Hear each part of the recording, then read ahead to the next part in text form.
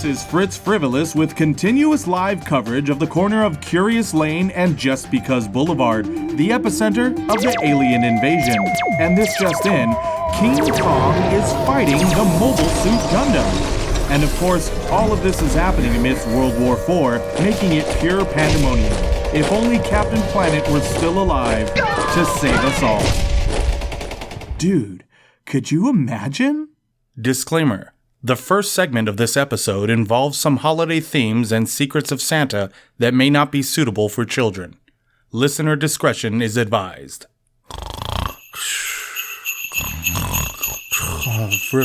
Fritz Frivolous. I'll keep on imagining.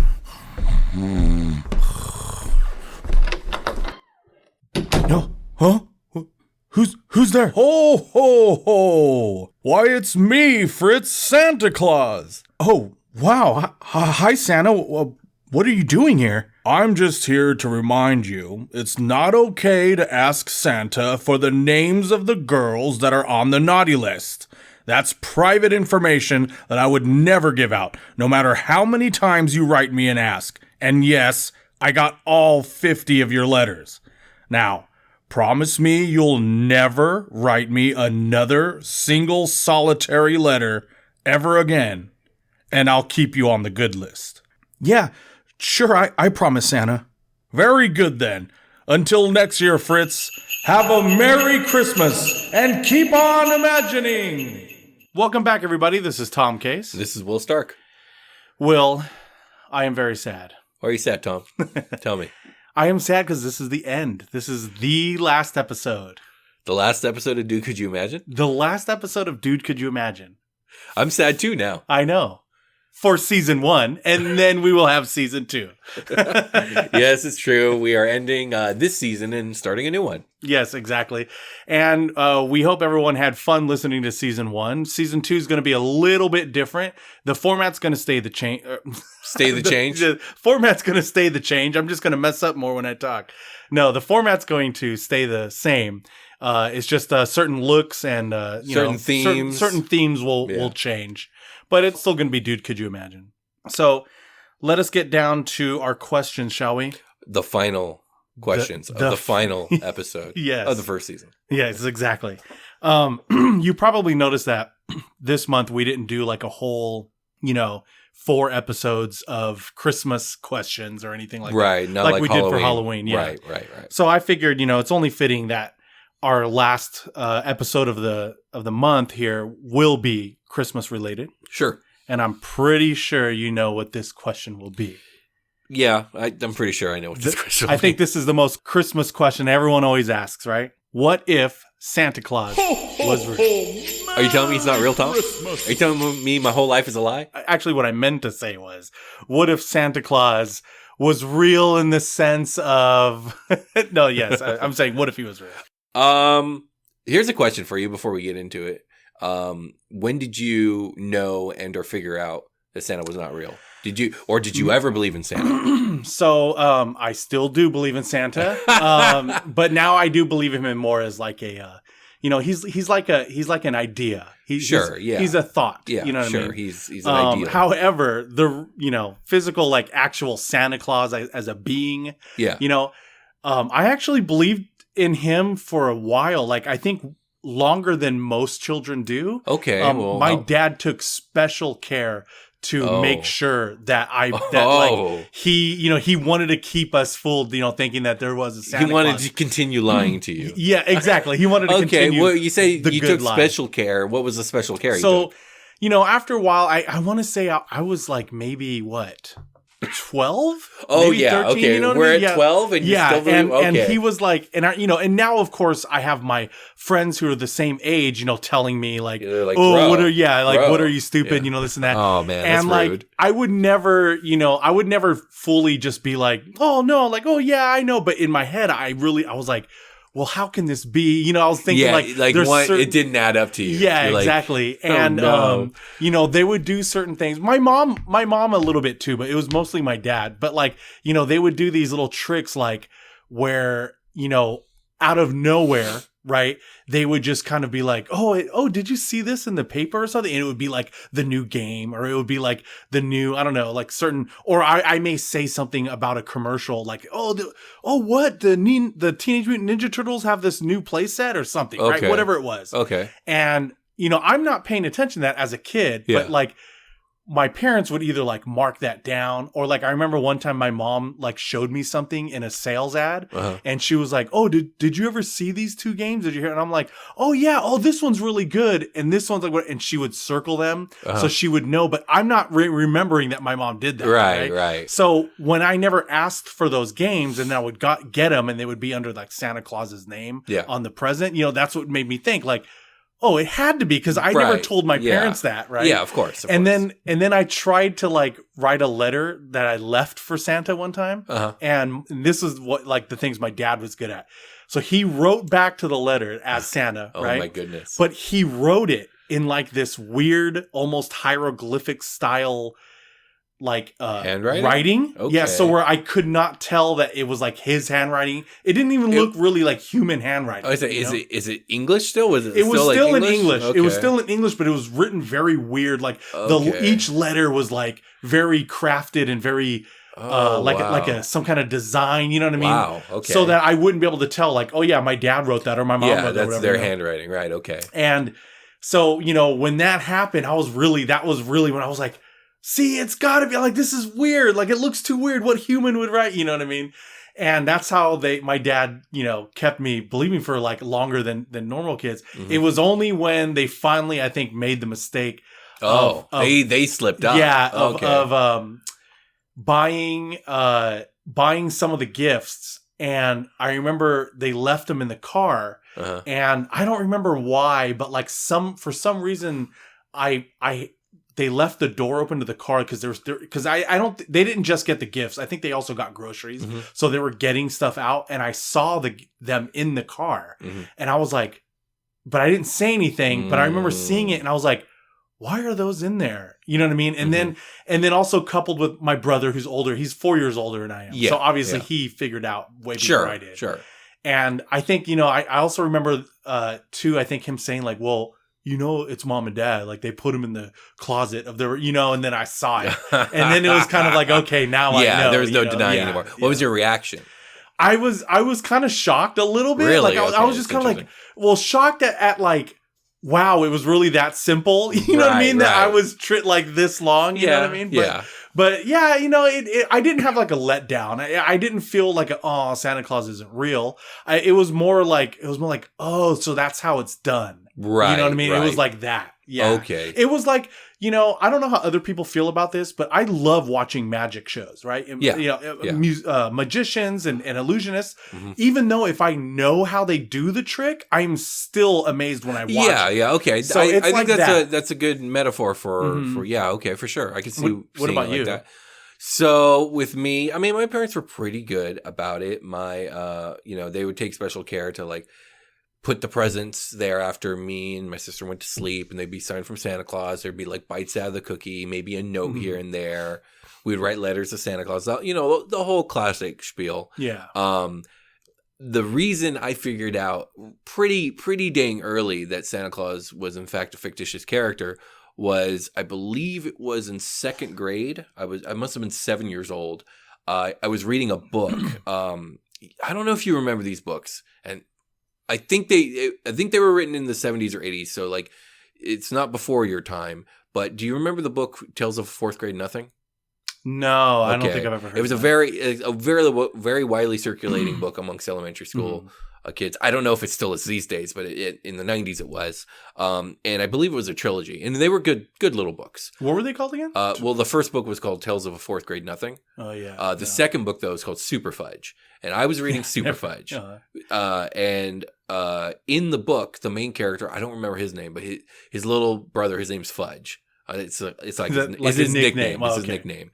And what horrible parents would name their child Fudge? I know, right? In the book, I believe the main character is in middle school, and Fudge is like, he's like he's like 5 or 6 years old. Anyways, in the book, the main character, you hear his thoughts, and he's like miffed that he has to keep on the charade that Santa Claus is real in front of his little brother. Okay. And it's all like a whole point in the book. Yeah. And in my little 7-year-old mind, as I'm reading this book in class, I remember the moment I was in class reading, I was like, oh God, I was like, Santa's not real. Oh my God.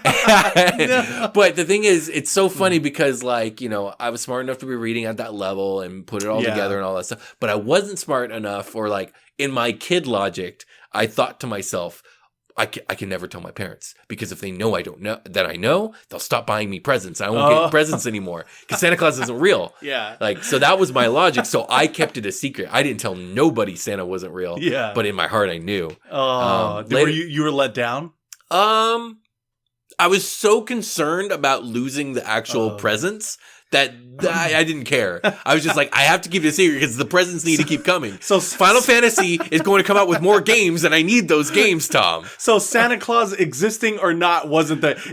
It's like, okay, if Santa Claus doesn't exist, but I still get gifts, so be it. Exactly. Right? Okay. That's exactly what my logic was, and I was ready to die. I think that's fairly common kid logic. Sure. Right? Well, okay. So fast forward to, I want to say 4th or 5th grade, when I must have been 9 or 10. My mom wants to take me aside, and she's like, I just, you know, she honestly, it seemed harder for her to say than, you know, for me to accept. But she told me, and I was like, oh, I know. And at first she didn't believe me that. She thought I was just trying to be tough, which is so weird because I was not the kind of kid to be tough. I was the kind of kid to just start crying. Yeah. But I thought you were going to say like you were like trying to fight back. You're like, yeah, I know, Mom. It's cool. I know, whatever. But then I explained to her how I knew. But then here's what like actually upsets me to this day is my sister is 3 to 4 years younger than me, depending on the time of year, right? So if I was 10, my sister must have been 7, right? My mom decides to like within the same hour break the news to my sister. And I'm like, what the fuck? Like, oh, really? I got 3 extra years of Santa Claus. Why did you rob my sister of 3 years of Santa Claus? I was so mad. Why do I feel like this is the origin story of some villain? Like now, like your sister now becomes a villain, knowing that, right? You know, like seriously, my parents lied to me. But also, you brought up something really interesting with the book about the book being the older brother having to, feeling miffed about having to keep this secret for the younger sibling. Yeah, I wonder if my brother felt that way. Yeah, it's hard to know. I don't remember those books that well, but I know that the main character, like Fudge, is kind of one of those young kids that like he's like Dennis the Menace, so he's really frustrating. Like I think as a kid reading it, Fudge didn't bug me, but like it bugged the main character. Yeah. He was always having to deal with his little brother. But anyways, I digress. That's how I found out Santa wasn't real. Oh man. Man, that's got to be hard. Yours seems a little harsh because you were. I was younger. You were younger, but even though you weren't technically alone, you were in a classroom. I was. But you were alone you found out there was no Santa. I will admit, at the time, I felt especially clever because, like, I felt like I had discovered a secret. Like, you know what I mean? Like, that makes you feel. I cracked the code. Like, I know something no one else knows. Yeah. Like, I was very like whatever. No, actually, that makes me feel better then.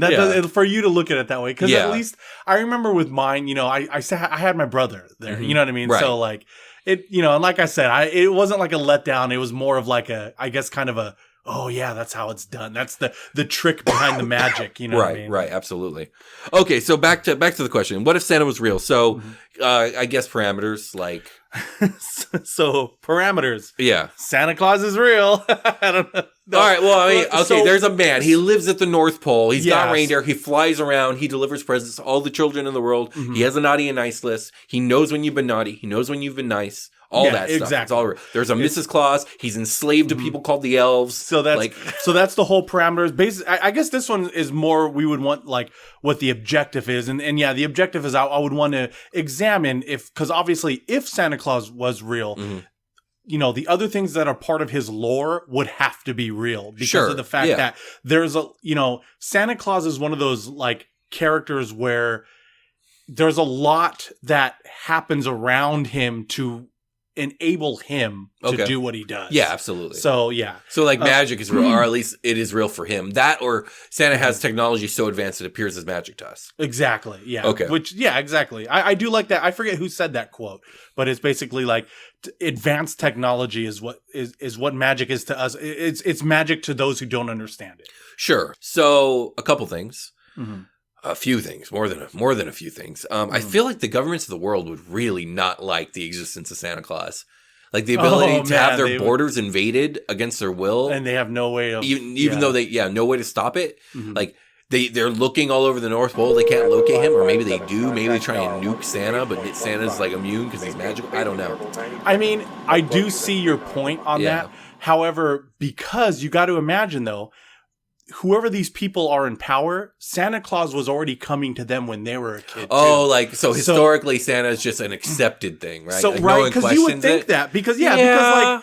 I mean, if he was real, he was going to be around for Yeah, remind me about Nightmare Before Christmas because Santa is real and everyone knows it because everyone remember the news broadcast is upset that Santa hasn't shown up, but then Jack shows up and they try and shoot him out of the sky. Do they? Man, I haven't seen that. The military shoots Jack out of the sky. That's how the movie ends. But was it because they knew he wasn't Santa Claus? Okay, maybe that's it. I can't remember. Maybe that's it. Dude, I literally haven't seen that. I've seen that once, I think, and then I've never seen it again. Really? Yeah, I think so. Even though I did like it. I remember live in a different world than me, Tom. Like, maybe it was my generation, but my entire generation was obsessed with it. And then now in my everyday life, both my fiance and my fiance's mom are obsessed with that movie. See, that's the thing. Okay, it might be what you're saying because my wife is, she's 10 years younger than me. So... yeah, she loves. I believe she. Really she's loves of my generation. I mean, I liked it. Don't get me wrong, but I wouldn't say I was obsessed with it or I, loved it on that. I mean, I'd go as far as to say I think it's a masterpiece, but that's a conversation for another day. Yeah. I do have some Fritz facts. Oh yeah, go for it. Let's go with some Fritz facts for Santa Claus. Fritz facts. So I thought this was kind of interesting. I thought obviously that this is the way Santa Claus always looked, right? His signature red and white outfit. Oh, okay. He actually never wore red and white. It was very rare if he was pictured that way. He wore a lot of blue before, right? Was it blue? Actually, it was. He had very colorful outfits throughout the years: green, brown, blue, even tan. Okay. But it was only since 1931 where he primarily wore the red and white suit. Okay. And guess why? Coca-Cola? Yes. Coca-Cola. Fucking knew it. Coca-Cola got to Santa Claus and was like, you're wearing our colors, man. Wow. So Santa sold out in 1931. Yep. And I think 1931 is when they still had cocaine in the ingredients. It's possible. It's definitely possible. So Santa Claus was pushing Coke. Oh my God. The whole new meaning on White Christmas. I tell you, man. That's horrible. Another interesting fact was that Santa Claus was a bachelor for many years. Okay. I always thought that Santa Claus. Well, it's probably. Is there a Mrs. Claus, Mr. Claus? Yeah, exactly. And it's probably because you and I obviously, were taught. By the time this story reached us, there was always a Mrs. Claus, right? But his spouse was actually only first revealed in an 1849. Okay, that's a long time ago. Short story. That's a very long time ago. A Christmas legend written by a Philadelphia missionary named James Rees. And Mrs. Claus soon became a regular presence in Christmas tales, which I can see that. I mean, like, if you're going to have a story and it does have that, Mrs. Claus is so cool. I always thought Mrs. Claus was cool. Yeah, I never had, know. Oh, I thought this was really interesting. So the whole thing about Santa's chimney delivery system, so that was actually invented by the same guy who dreamed up the Headless Horseman. Okay. Yeah, it was Washington Irving, who's mostly remembered for Legend of Sleepy Hollow. Okay. And he was the one that concocted a better way for Santa to deliver presents other than like slipping through the window or, more of like a B&E breaking and entering. Sure, absolutely. Like, it was okay, but chimney. In what way did he do it? Did he did he write The Night Before Christmas or something? Like, where did he reveal it? Right here it says, let's see. It was an Irving satirical short story from, again, 1812. Nice. Right? Called Knickerbocker's History of New York, where Saint Nick is first described as rattling down the chimney to bring his yearly presents to children. God, can you imagine if a dude really came down your chimney with, I would be fucking terrified. I would too, because I don't have a chimney. So if that's somehow happens, okay, theoretically, if you had one, Tom. You know what though? If that wasn't a way, but all of a sudden a chimney appeared, okay, I would be kind of like, oh my God. But if he left and the chimney was disappeared afterwards, I'd be upset. I'd be like, just let me keep the damn chimney. That's so cool. You know what I mean? Yeah. What else you got? I guess they said that nobody's really sure who actually is the author of 'Twas the Night Before Christmas. Oh, that's interesting. Yeah, I always thought all of these stories would have been, someone authored with you know an what I actual mean? author. Yeah. But they actually they're confused on who it was actually made by. But they said originally it was sent anonymously to the Troy Sentinel and was published with a preface from the editors that began, "We know not to whom we are indebted for the following description of that unwearied patron of children, Santa Claus, but from whomsoever it may have come, we give thanks for it." Wow, that was a very tough way to write that letter. I mean, either way, it was a very respectful way to write it. They must have known they had gold when they had it. Because, that story's immortalized now. Exactly. That's crazy. One of my favorite stories. Yeah, sure. That's all I got. So when it comes to Santa Claus being real, you'd have to come down to, is it magic or is it technology? Either one is pretty, life-changing for humanity if we get our hands on it. Because if magic is real, then wizardry could be real. Granted, if humans could use this thing called magic. That's the way I view that. Yeah, you're right. It would.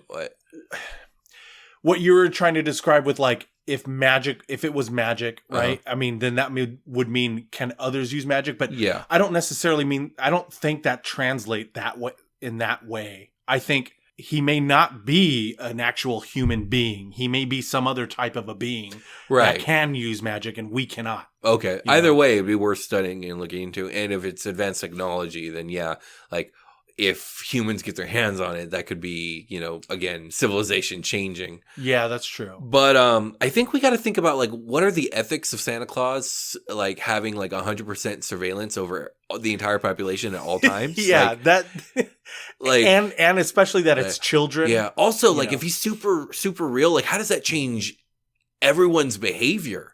And here's the thing: does he just is it once you're 18, Santa Claus stops showing up for you? I know that's you know what that's got to be a sad day, right? I've never heard that either. I've never heard that.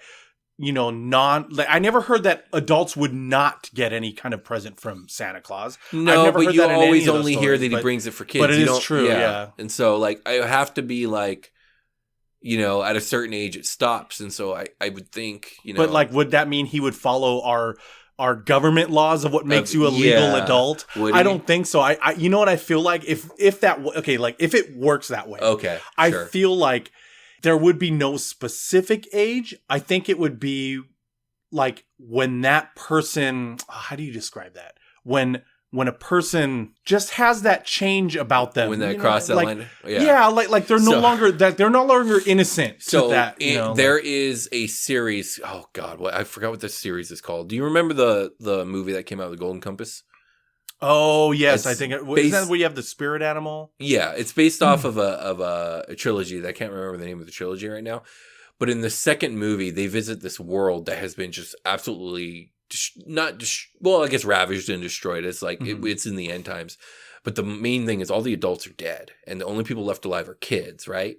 And it ends up that there are these spirits, these dark shadow spirits, and they are stalking all around. And if you can see them, they'll come for you.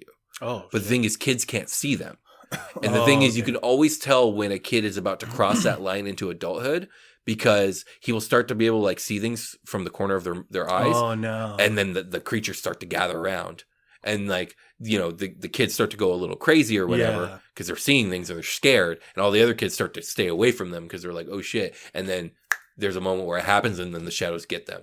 And I think I don't remember exactly, but I think they claim the soul of the kids and everything. Is it do they ever say a specific age? Or it's around puberty. It's around puberty. See, I feel like it would be the same thing kind of for this, where it's not a specific age. It's just you kind of know. You just slide over and then it's done. Yeah, no, and it's kind of the child. You can see children when they still have that innocence. It's when the shadow monsters can claim your soul. That's when Santa stop showing up. I just had a thought of earlier at the beginning. You were talking about the governments of the world with him being able to kind of go over any border and doing all this. And I said, well, I could see them not maybe trying to stop him, right? Because those people in power now, right?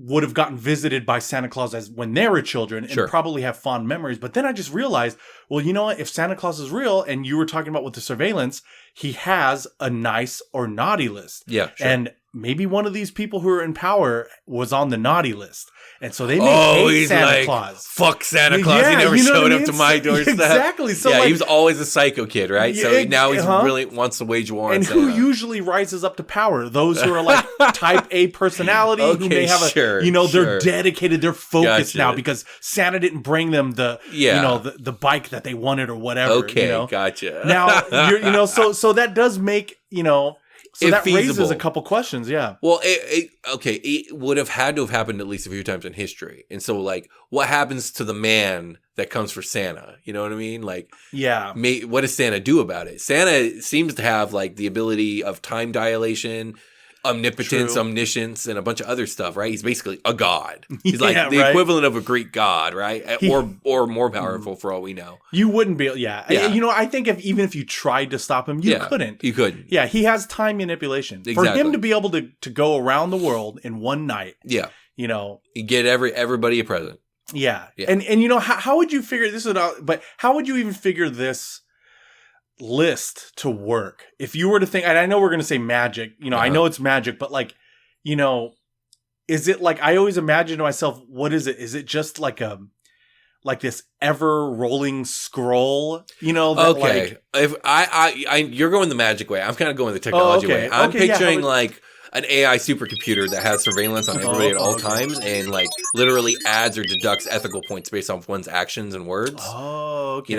And bam, by the time it's today, it just prints out a report. Like here's your good list, here's your naughty list. Do with it what you will. Okay, I was gonna ask you then with this technology. I am AI MRS Claus. That's Mrs. Claus. So, but like, would there actually be like actual camera surveillance like that? I'm thinking. I'm thinking not watching, like right? disguised as snowflakes. These micro drones are scattered over the world. Hence why, but then we all don't get a white Christmas. No, we don't. I'm just, but that would be a good, a snowflake. Yeah. No one could, you wouldn't be able to, you know what I mean? Yeah, absolutely. But see, would this, but you're saying this technology would be so advanced, right? Mm-hmm. Do you think a human like us with our type of technology could reverse engineer one of these snowflakes? I think not now, but I think we're getting close. Oh man, that's going to be a problem in the future if we ever get one of Santa Claus's. What would we maybe call the these? Day that we become a threat, Santa Claus wipes out humanity and or leaves the planet. How do we? How do we know? Yeah, he may wipes the planet and wait for humans to come back again. Yeah, and it's all just a big cycle. Yeah, I know. Yeah, Jesus. My question, too, is, like, how many people begin to become upset at Santa Claus? Because Santa Claus has essentially he's Superman in a lot of ways. Where, I mean, think about it. A person who can see all things happening at once and stop time. Like, why should, massacre or terrorist attack or mass shooting ever happen again? Like, why doesn't Santa Claus time dilate, go to the place where the shoot-up's about to happen, dismantle all the guns, tie the kid up, put him on the naughty list permanently, and then go back to North Pole and let time go. Hit him again, over the head with a club of coal, right? Yeah. Instead, he's dedicating his time to making toys via slavery. Mm-hmm. That's another thing that we'll tackle later. And instead of like actually saving lives and doing good and like, I don't know. That is a very good question. The only type of answer I can see would be where, he doesn't want to get involved that way. He doesn't want to be that God. And some people would say that it was morally, reprehensible. I know. That's true. Yeah. I you know what I mean? There'd be entire anti-Santa Claus societies. Yeah. I feel like, that would definitely happen. Yeah, because if you had, obviously he has this, whatever you want to call it, magic power, or you're going to technology. There would be elf rights, like movements as well, like free the elves. What would you think elves really are in the first place? Well, if we go the magic way, then they're, I guess that they're fae spirits that are like indoctrinated or maybe they're toy making spirits and that's just what they wish to do. Okay. And so like he utilizes them, I guess, or maybe they're more like maybe the Oompa Loompas. He gave them a purpose. maybe he created them. Mm-hmm. I was going to say maybe they're robots. If it's technology, then they're probably just like drones, right? Mm-hmm. That are just, they're built and programmed to make toys. Yeah. That's what I would think. Yeah. And if that was the case, then, then there's probably less of elf rights movements. But and that's got to be a massive amount of factory space, resources. Well, I mean, I guess if he's having magic, maybe you could say it's that. But like, if it's technology wise, you got to house that. So that means the North Pole, he has stealth shielding technology. Oh yeah, without a doubt. Because nobody has ever seen. No, absolutely not. Yeah, and also if he could build like enough like toy building drones, like what's going to stop him from building a mechanical army? He hasn't. True. He hasn't thus far, but he could. But he could, and maybe he has, and he just he hasn't needed it yet because we haven't reverse engineered the snowflakes yet. The more and more we go down this rabbit hole, Santa Claus is the devil. I don't know if you've learned anything from this podcast. I wasn't going to say that. I was going to say the more and more we go down this rabbit hole, it's seeming like we're heading towards a way where sooner or later the governments are going to go after Kris Kringle. Right. They're going to go after him. Yeah, I wouldn't put it past humanity to do that, his technology, his everything. You know what I mean? Dissect his body, figure out how he does his magic. Yeah. And that's where the shit's going to hit the fan. Yeah, exactly. Because the wrath of Santa Claus will rain down. We'll have a winter of 100red years and a bunch of other stuff. So jolly while doing it. Yeah, he will set humanity back to the Dark Ages. Yeah, Oh, God, that's horrible. Bombs away, Rudolph! My point is, like, on our podcast, like, Santa Claus has very much become a bad guy. That we talk about. He's always a villain. Why is it that way? No. But at the same time, though, I think he would probably be most widely beloved because everyone would have memories of Santa Claus bringing them things for the most part. Because most kids are pretty good. Not every kid's good. But. Yeah, but you know what? At some point or another, you're right. Like I don't see very young children ever really being on the naughty list. You know what I mean? Like, I'm talking about like maybe like 5 years old. You know what I mean? I don't. And hopefully that's enough where every child would have a good memory of him, right? To where that wouldn't happen. You know what I mean? I think he'd mostly be beloved, and everyone would look forward to it. And because he's not doing these, I don't know what you would want to call it, like these, God protective duties or whatever. Because he's not doing that, and because he's just doing it like. Okay, if you're good, you're going to get a present. If not, you're not. Mm-hmm. And so I don't see that really changing the way people try to live their lives. I'm going back down the villain road. It's like, if he could build all these toys, why doesn't he build shelter for the homeless? Like, you know what I mean? Because you know what, Will? Us humans would never learn if he did everything for us. Oh my gosh. I bet you if this is real and that's the question, I bet you that would be the answer. My argument would be like, you don't have to do everything for us, but you could lead by example and help us build a better society. He would be like, I want you to evolve. And if I do it for you, you're going You don't have to do it for us, but you can teach and live by example and help us build a better society. Now, to teach, that would be the one thing. I would be like, you should know then the best way to do this, to do affordable housing with limited resources and funding. You know what I mean? That is true. Sure, absolutely. That is true. And that gift is literally probably in a pamphlet somewhere that he could make and show you how to do it. Maybe he's just waiting because maybe the naughty list so outweighs the nice list that he's not ready to bestow upon humankind his benevolence. And he's just waiting for the day when finally the nice list outweighs the naughty list around the world. And he's like, you know what? It is time. They're ready. Will. Release the elves! Will, that was deep. That was deep and like, you know what I mean? Like, that made you think. You know what I really, That's hilarious. I feel like that, but I do feel like that type of answer is it. Sure. So, I feel like that's how it would be. You know what I mean? Because you are right. If he had those kind of powers, why isn't he doing all that? Unless it's that, unless he's like, really like, you haven't shown me that you deserve my love. You deserve this. Yeah, what I mean? Absolutely. Oh my God. But dude, have a Merry Christmas. It's too funny. This just in, a new study suggests leaving an Apple Podcast review is very important for a newly created podcast. So please don't forget to leave an Apple Podcast review. In financial news, Patreon supporters are among the most appreciated in the podcast industry. You can support the DCYI team by heading over to patreon.com/dude could you imagine.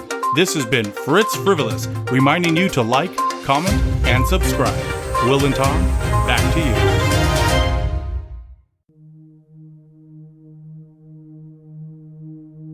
It's December 31st. Midnight is approaching. You have resolutions for the new year in hopes to better yourself and accomplish more than you did in the year that is about to pass. The ball drops and the countdown begins. 3, 2, 1. But what if the new year never came? What if instead you had to relive the entire year that had just passed? What would you do differently? What would you do the same? Let us listen in to our two New Year's resolutionists, Will and Tom, as they repeat and answer.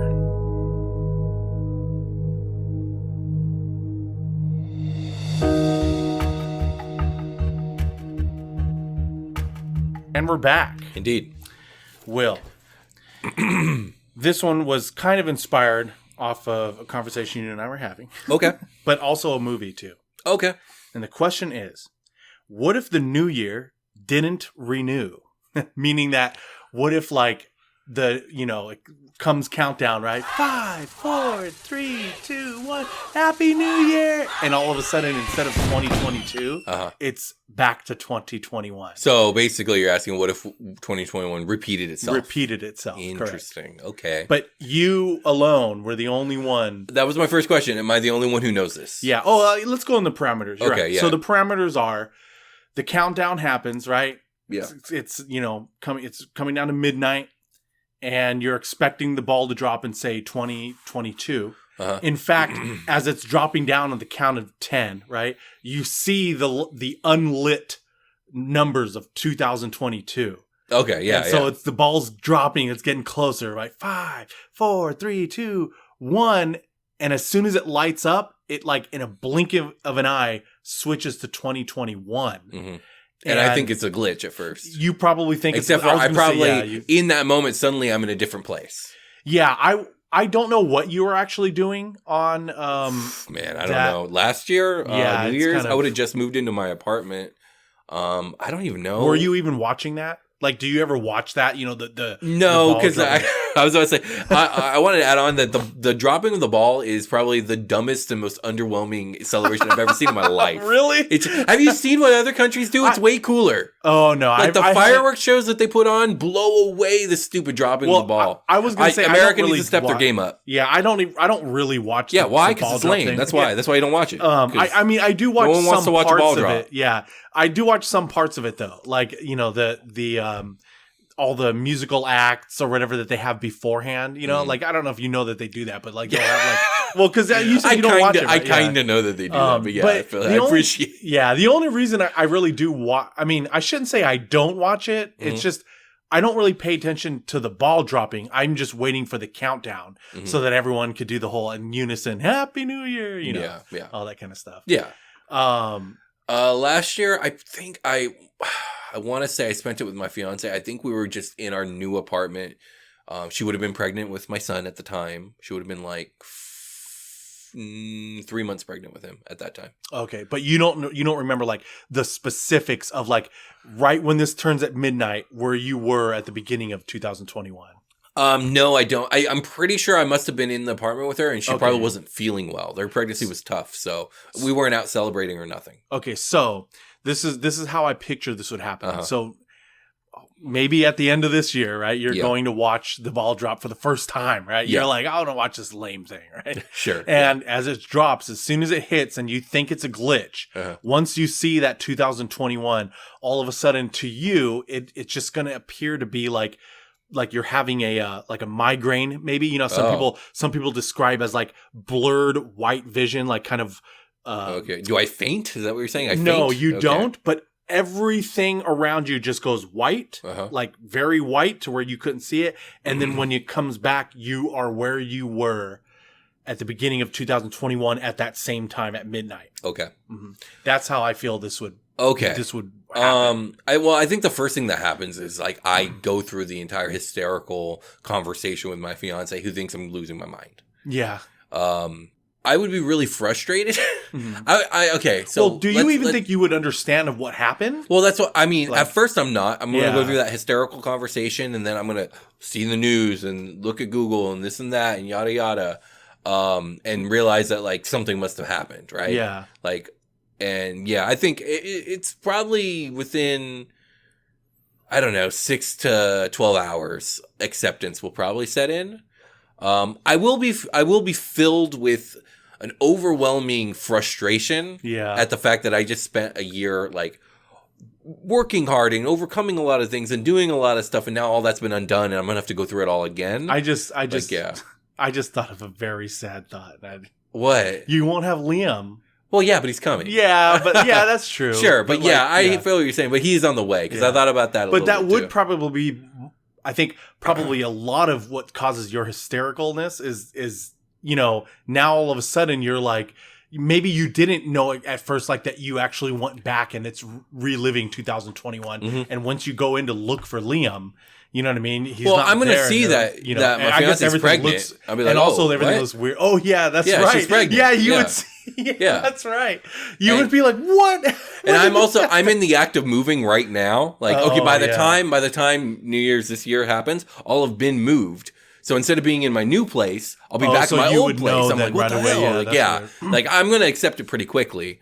But yeah, I'm going to have that feeling akin to when you're playing a video game and you game over and then you realize you haven't saved in the last 5 hours and you're like, oh my Christ, I got to do it all again. Yeah. So I think I'm going to have a little bit of that feeling about like all the different stuff I've been working on over this last year. But there are two really big positives that I see pretty quickly. One is I do get to re-experience. Right now, my son's 6 months old, so I get to re-experience those 6 months, which is awesome because I've been loving it. And as he's getting older, I'm getting sad as I'm losing out on some of the old phases. But now I get to do it again, so that's cool. Number two, this is the big one. This is the one where, like, if this happened, like, this is such a bright side that I'm almost like, you know what, fuck it, I'm okay with this. And that is about a month after my son was born, I severely injured my back. Oh, I remember that. Yes. Yeah. And this time I would go in knowing like, hey, that's true. I got to be careful and I could take the right steps and prevent that from ever happening. And like I have been dealing with the back injury and the back pain since July, right? And I'm still like, I'm a lot better now, but I'm still dealing with it. And I'm probably going to be dealing with it for quite some time. Now, like, being able to avoid that would be amazing. You bring up an interesting fact. Yeah. Okay, so the fact that you even mentioned that at all makes me, think that you do remember the specifics of this back injury, where you probably wouldn't forget that. Yeah. But there would probably be a lot of things that, there's a lot of things that happened this past year that I don't remember. I have a very strong memory when it comes to stuff. And me, I don't. Yeah. A lot of my retention is I don't have that good of a retention. Right. So like, even though I may have broad strokes of like, oh, I remember me spraining my ankle or whatever, I may not remember what specific day that was. Right. And it probably would happen again. Oh, no, I remember all the details that compiled together to cause this thing to happen. I remember great. I know exactly what I need to do to make sure it never happens. See, because mine was something to do with, when I sprained my ankle, it had something to do with my dog running out. And I remember heading out in the back for him. And I slipped on a mat that we had out there. And I landed on my ankle. Oh, that sucks. So I would not remember what day exactly that was. You know what I mean? And like, it probably would happen again if I went through, but that, what, actually, that actually makes me think though, but would it happen again if we retained the whole memory stuff? Like, so now we're not doing everything the same that we did. However, everyone else is. Right. Would that Well, no, the happen? Year would go differently the further into it you went because you would probably take different actions. Because, it reminds me of like the movie Groundhog Day, right? With Bill Murray. And, even though he's just going through the events of one day, it took him a while. He had to, and it kept going. Like every time he went to the end of the day and he went back, he would end up in the beginning of the day. and he couldn't kill himself, I think, either. I think anytime anything happened, he would restart. Yeah, if he died, he just restarted. Yeah. And so he would forget things happening, to him on that day until he relived it so many times that then he memorized almost everything that happened. Sure, yeah. So the thing is, that's in the course of a day. Like, he can't affect a lot. This is a year. You're going to affect. So by the end of the year, a lot of things will probably be happening differently. Very differently, yeah. Another bonus, and this is a personal one for me, is I spent a lot of my leave when my son was born. There was a lot of time where he was sleeping, where she was sleeping, and so I would do housework, this and that. But I had a lot of downtime to myself. I wrote a lot of songs. The thing is, they're still in my head. So now I can start. I have all that time to continue working on my music, but I'm starting from a later period in my songwriting. So I would probably get even more songs written and probably more recorded and all that other stuff. So that'd be kind of fun. I have been keeping an eye on some cryptocurrency lately. That's what I was going to bring remember up. a lot of the stuff that I've learned over the last 6 months or so. So I would actually be able to probably make us a cool $20,000, $30,000, $40,000 by the end of the year. That'd be kind of fun. That was the one thing I wanted to bring up was I remember a couple of people who are family friends of mine, right? My brother's friends and stuff, and including my brother. I remember the first times I was starting to hear them talk about, I think it was Dogecoin. Is that how they pronounce it? I don't know how to pronounce it. That's a pretty old, I think it was the one with Elon Musk. From a few years back, right? That's and they were just talking about that one or something like that. And they made some pretty bit of coin on that. And I would have, but this year when I saw it, I just saw them do that. I didn't get in on it. I didn't try to do what they did. I didn't invest in any of it. But if I had to relive it, and once I saw those things happening again, I would remember and be like, oh wait, I'm going to do it this time. Right, exactly. Absolutely. So there's that. I'm trying to think what advantages there would be. I remember a lot of things that we had to deal with, the unexpected stuff to deal with Liam. I would be ahead of the game on a lot of those, you know what I mean? There was certain things that we purchased that we ended up not using. I could probably convince Michelle, we don't need those things because I got a feeling. And then once I have a good track record of always picking the right thing that works, she'd probably just say, all right, he knows what he's doing. Let's just go with it. So there's that. I'm trying to think what other benefits. I'm trying to think of the benefits because one of the things that I hate doing in life is having to do something twice. And so these benefits would help offset that because there's a lot of work me and Brian have put into the Dungeon Cast that I have to redo. Yeah. But the bright side is I could start a lot of it a lot earlier than I ended up doing it. So there's give and take, right? And because you already know how to do it. Exactly. And you already know what you did. It's a little faster. Right. Exactly. A lot of the benefits that I see with this type of thing is for me though, would be a lot of my entertainment or vacation time. You know what I mean? For example, when we went up to Vegas, it would be okay, well, I remember the first time we did this in this year, right? I remember we went to, I don't know, let's say it was the Mirage, right? Right. So knowing now that, okay, we already went there, now I would try to go to another spot. You know what I mean? In this year. But what about your fiance?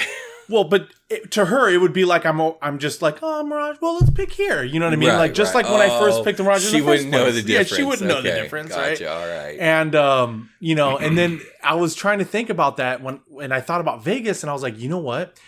I remember sometimes, and it wasn't often, but I do remember watching some people play games right next to the game I was playing, and they won a jackpot or something. Okay. If somehow I could mentally remember that or whatever, I would definitely try to hop onto that game, seeing if that's how they work. You know what I mean?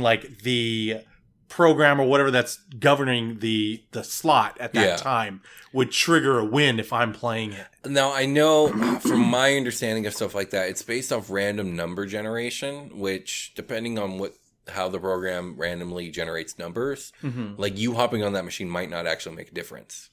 I wonder. It might have been this specific times and intervals things were getting hit. Oh yeah, I do remember hearing those on how certain things work. Sometimes it is on some type of a timing of when you're hitting the spin button. Right. So yeah, you're right. It may not. It may not, but it may. I mean, either way, it's an equal chance to your first run through. Yeah. You know what? So now I'm really sad that I didn't play any poker. You know what I mean? Because like knowing if I lost or knowing what the things were. Oh yeah, see that would have been better. Yeah, the better that would have been more manipulate, easier to do sure, that type of an advantage. But I guess you could always find any type of advantage if you're reliving something and you're the only person that remembers what happened in that past.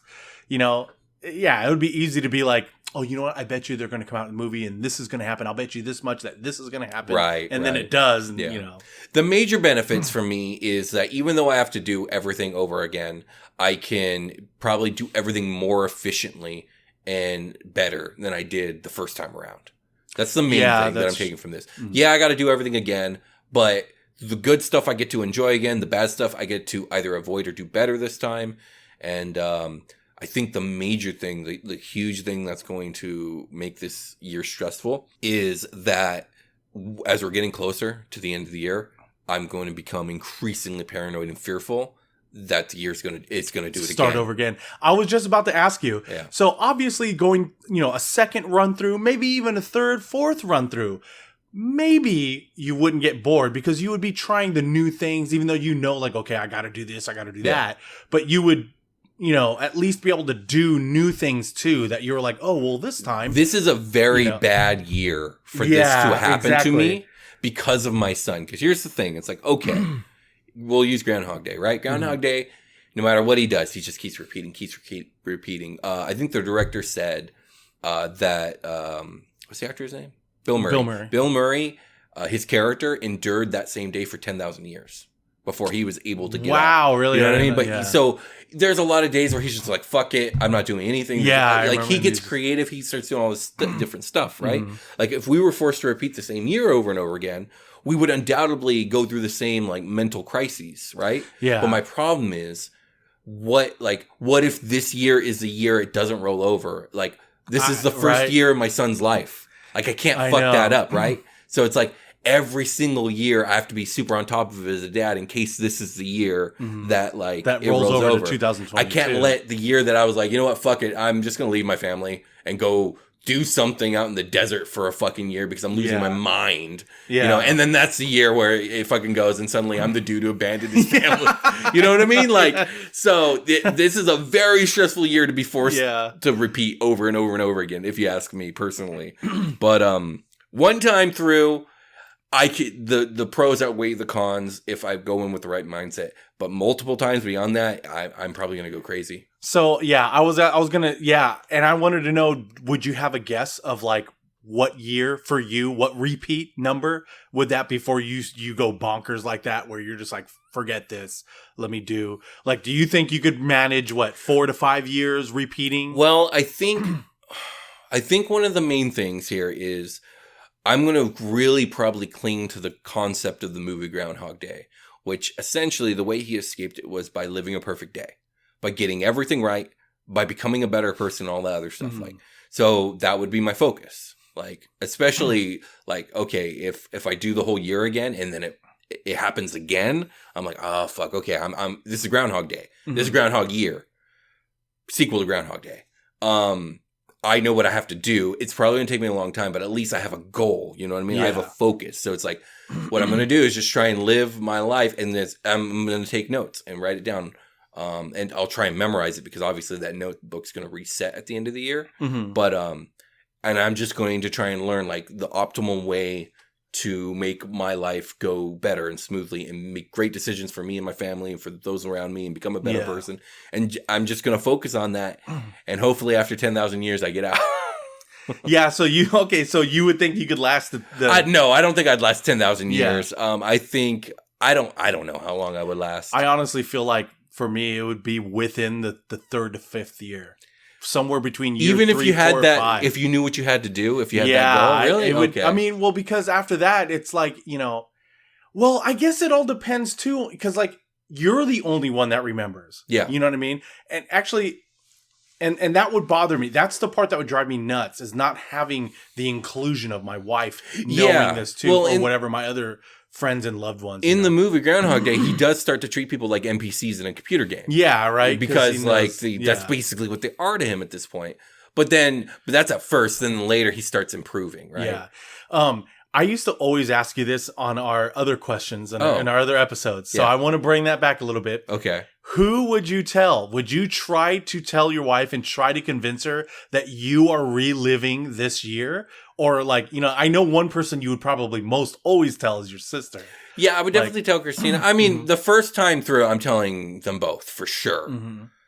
The second time, but only them, or would you even try to tell people outside of your? I'm just literally just telling them. That's the point. What's the point of telling anyone else? Yeah, like, what do I care? What do they care? They won't believe me anyways. Yeah. But I think after the first year, it's like I'm not even going to tell them because what's the point? I'm just going to be explaining it again next year after that. You know what I mean? Yeah. I mean, it's going to be mentally taxing. I don't think anyone gets out of that like mentally sane though. You know what I mean? That situation where it's on repeat. So hopefully, I'm hoping it doesn't repeat. Like if it's just like, hey, here's a redo year. Yeah. Like I can, that one redo would probably like push my life forward, like on the progress bar, if you will, like 10 times more my second time through than my first time through. Yeah. It's like when you play a game for the first time and it takes you like 50 hours to beat, but then when you play it a second time, you get everything done in like half the time. Yeah. It would be like that. So, if you did tell them, do you think any one of them would believe you? Maybe not at first, but I think they would take me seriously to the point of like, okay, well, like you don't seem crazy, and I know you're not acting crazy or weird, but like obviously this is unbelievable. They'd want proof, and then obviously I would be able to prove it because I could probably predict a bunch of events that happened that year. I feel like the same thing like with my wife. I feel like she would, but I know in the back of her mind she would still kind of be like more worried that there's something wrong with me. Exactly. You know what I mean? And until I can prove it to her with these things, after that, she would be, very shocked, but she would definitely be like, oh my God, you're right. And she would probably be asking me a bunch of questions that I don't know if it would be a good idea for me to tell her these things. Like, I guess it wouldn't, right? If I know she was maybe going to get sick or hurt or whatever, or hey, maybe you should make this decision at work or with your friend or whatever, I mean, yeah, if you want to use her knowledge to help her make better decisions that you knew from last year that she regretted, I think that's a good thing. Yeah. But dude, could you imagine? And now, a special announcement from your hosts, Will and Tom. Hello, everybody. This is Tom here. Will is with me. And we just wanted to let everybody know that in January, we will begin our Season 2, and Episode 1 will air on January 17th. That's a Monday. So Season 2, Episode 1 will premiere Monday at midnight, January 17th. Everything about the show will pretty much stay the same, but we are going to have a little bit of a change for our, some thematic changes, some format changes. Not like every episode will be different, but we will probably be experimenting with the format a bit more. A little bit more, yeah. But, we did want to send a special thank you to every one of our listeners. We do appreciate you guys who wrote into us and let us know things and how you like the podcast. We really do love hearing from you. So don't forget, you can always still leave a comment or a like on our YouTube. You can email us at dudecouldyoimagine@gmail.com. And also, we wanted to remind you that you can join our Patreon at patreon.com/dudecouldyoimagine. And everyone who joins from the $10 tier on up gets the perk of a fan request. So just wanted to remind you guys of that. We would love to hear from you. So from everyone here at Dude Could You Imagine, happy holidays, you filthy animals.